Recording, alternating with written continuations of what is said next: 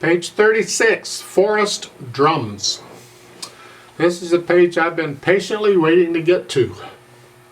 Not because I'm crazy about the piece, so it's a nice piece, but because they're finally introducing you to the whole rest and the half rest. You see, all the music they presented so far in the book has been technically incorrect.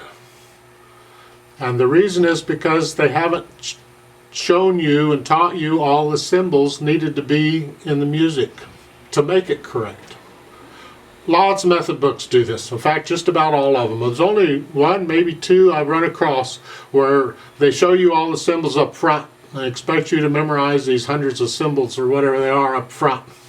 Most books present them a little bit at a time, the symbols, just one or two at a time until you cover them. That's a good approach, so I don't have a problem with it. It's just I like to see the music be correct. You see, if you look in the pieces prior to the book, according to the time signature, every measure has to have a certain number of beats. No more, no less. And what they do is, a lot of the measures before this are completely empty. Nothing's in them. That's not legal. You can't do that. But they had to do that because they needed either a half rest or whole rest or some combination of them in the measure to make it correct, and you didn't have it, so they didn't give it to you. Well, here they've got it. Take a look here at the top of page 36. The whole rest and the half rest are identical. They're both a box. The difference is where they're put on the staff. The half rest is sitting on the middle line. That's important. The whole rest is hanging down from the line above the middle line. So they're both in the same space. It's just one is attached to one line and the other is attached to the other line. You have to try and figure out a way to remember which is which. It can get confusing. And I do it by thinking that half rest is the same as a half note in that it gets the same as two quarter notes. A whole rest is the same as a whole note in the sense that it's the same as four quarter notes or four quarter rests, whatever. So the whole note is worth twice as much as the half note. The half note is therefore lighter, if you want to call it light. So it sits on the line, and the whole rest is heavier, so it hangs below the line because it's heavier. That's how I remember, and to this day I still remember them that way. That's how I learned them when I was a kid. It's worked very well. Through college I had to remember which is which now. Oh yeah, heavy or light. At the beginning, in the right hand, there's no notes in there. Prior to this page they would have left them empty. Now they can give you four counts, which you're supposed to do. Since a whole rest is the same as four quarter notes, and 4/4 time it gets four counts, they just put a whole rest in the measure. And that tells you to be quiet in that staff for that measure, four counts. That's the way it works. Now a whole rest actually gets double duty. I can tell you now, I can tell you later. If you're not confused enough, I'll just tell you now. The whole rest can represent the same as a whole note, except you're quiet, four counts. Or a whole rest can represent a whole measure, regardless of how many counts are in the measure. They just stick a whole rest in there and say, be quiet for this whole measure. So you'll see it even in 3/4 time. They'll stick a whole rest in a measure like that. In that case, it only gets 3 counts. That's okay because it's the whole measure. I'll come back to that when we run across it, and we will run across it, I'm sure. So in the first line of this, in the right hand, you got whole rests all the way across. That's fine. We got to have 4 beats in each measure, and now we have them. In the left hand, you get 2 quarter notes and a half rest. Well, a half rest is the same as 2 quarter notes, except you're quiet. I should say it's the same as 2 quarter rests. So we got 4 counts again. Isn't that cool? Because before they would have put in 2 quarter notes and 2 quarter rests. Counting wise, it's exactly the same thing, and you'll see some publishers do 2 quarter rests and others will do a half rest. And it depends on what else is going on in the music. It may be one or the other to help make it clearer to you what they want. So this piece really, it's just got whole rest and half rest all over the place, and it's wonderful. let's talk about this. Starting with the right hand. The right hand doesn't come in the second line, and your third finger's on the F here, and you just got quarter notes. That's pretty much it. There's not a lot going on. So I think you can figure out the right hand, I'm hoping, without me having to show you. I don't want you copying me. Learn to look at the music and figure it out first, and then check it with me to see if you've got it. And that's pretty much it for the right hand. The left hand's got to move around a little bit. The left hand's starting with the D and the A here, and you're staying there. You got on the last line of well, go to the second line. You got whole notes, tied to whole notes. You're going to hold them down for 8 counts. Oh boy. Don't worry, because the right hand's doing stuff to keep you entertained, so that helps. And then the last 2 measures again, you got to hold the left hand down because they're tied. Then in the last line on page 36, those puppies are tied all the way across. So you're going to hold it down for the whole line. That's like 4 counts. That's 16 counts. 4 counts of 4 measures. 16. Get out the calculator if you need it there somewhere. Oh boy. Well, that's fine, because then you can concentrate on what the right hand is doing. Then at the top of page 37, the first measure you're here, and the next measure, they say shift. You see that? They're simply telling you you're going to have to move your hand. Normally, music will not say shift. That shift is not part of the music. That's something the authors put in there to help you. You have to look at the notes and realize, oh, I got to move. So in order to play the next measure, you got to come down 1 key here, and then you got to go back up for the other one. And you're going to be moving around here, and you can see by the notes when you got to do it. You got time, there's rest there, so you got time to move down. So be there before you need to play the note. So you can move a little early. So you figure this out one hand at a time, and then try and put them together. Now, I'll skip the first line because it's just left hand. The second line on page 36 is here.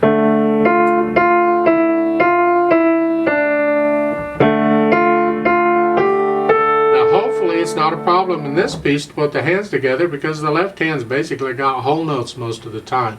If it doesn't, the right hand's usually not playing. Tricky part might be at the top of page 37, the last 2 measures, where you have here 1, 2, 3, 4, 1, 2, 3, 4, that type of thing.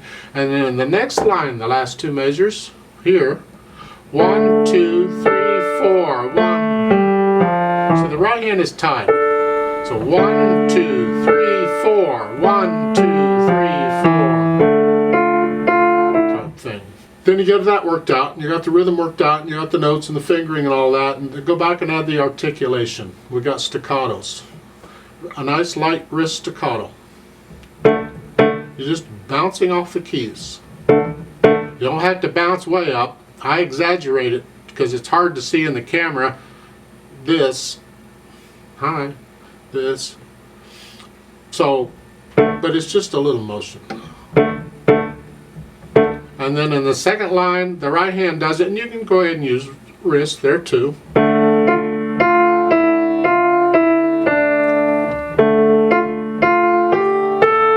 you got staccatos all over. Only the notes marked with a staccato are staccato, so be careful. You'll tend to want to do other notes staccato too, because it gets confusing.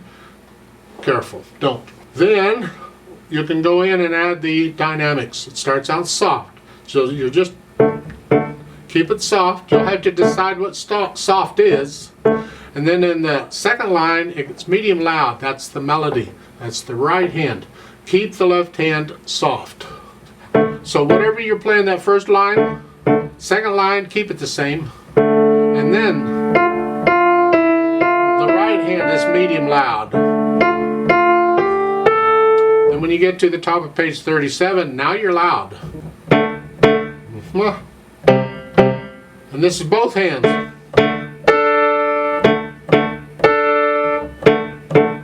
Until you get down to the third line, and the melody is medium loud, so bring the left hand back down. Play it soft, like you did on page 36. Then the last line, you're medium loud, then medium soft, and then soft, except this has an under it. Remember, if it's above the staff, you go up. If it's below the staff, you go down. So here, you're going to play it here, softly. And that's 8 counts. You're tying those notes together for 8 full counts. That's cool. I like it. Now for the speed or the tempo, they're saying moving quickly, and then they got in parentheses a quarter note equals those numbers. In case you're not familiar with it, most people are, but not everybody. I can't just assume you know what that means, is what I'm getting at. They're telling you that a quarter note on a metronome, which is this thing I've got here. I've got several different metronomes. I got one here. I've got others. I got a couple on my smartphone. I call it a smartphone because it's smarter than I am. Metronomes, they come in handy. And it's simply telling you the 144 to 160, you need to set it somewhere in there. And it is a range because speed isn't an absolute. It's always a range. That's what they're suggesting. That's a suggestion. When you're learning it, you go slow. And after you get to know it and you can start speeding it up, then you can go to the metronome, and if you set that thing at 144, I'm going to set this little one at 144 because it's quicker than the other one I'm using.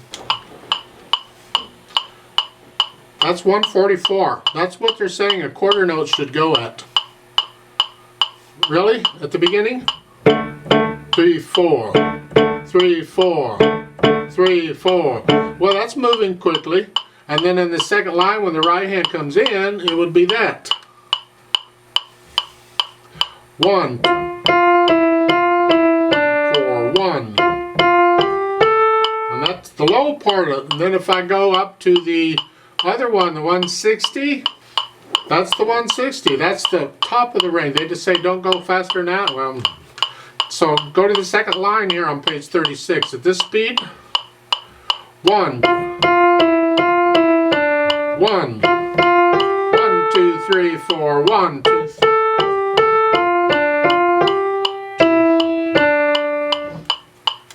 And that's what those markings mean. You may never get it as fast as 144. That's okay as far as I'm concerned. That's what they're suggesting you work at. What a lot of people will do, especially if they don't have a teacher, is they go through, and if they can sort of play it, that's good enough, they go on. And that's really unfortunate because you're missing out on most of what the music is about when you do that.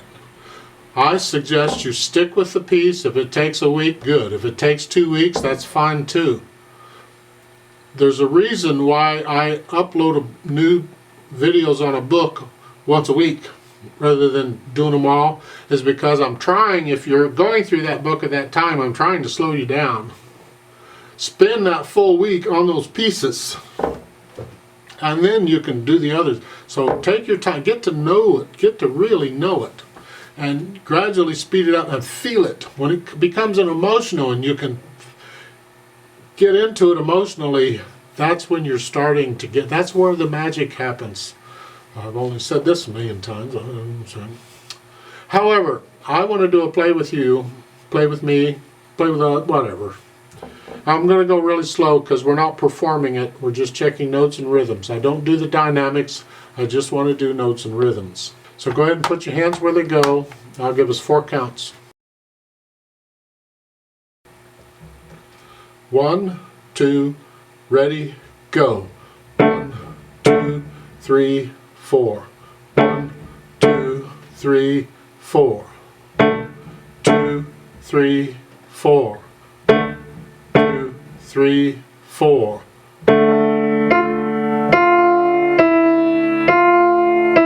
3, 4. 1, 2, 3, 4.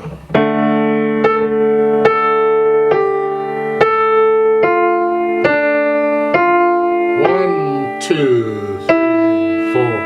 1, 2, 3, 4. 3, 4. 3, 4. 4.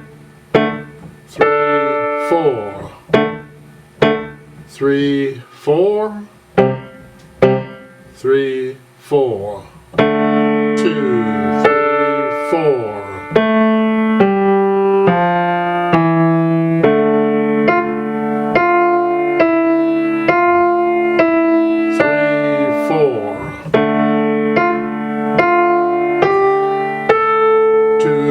Three, four.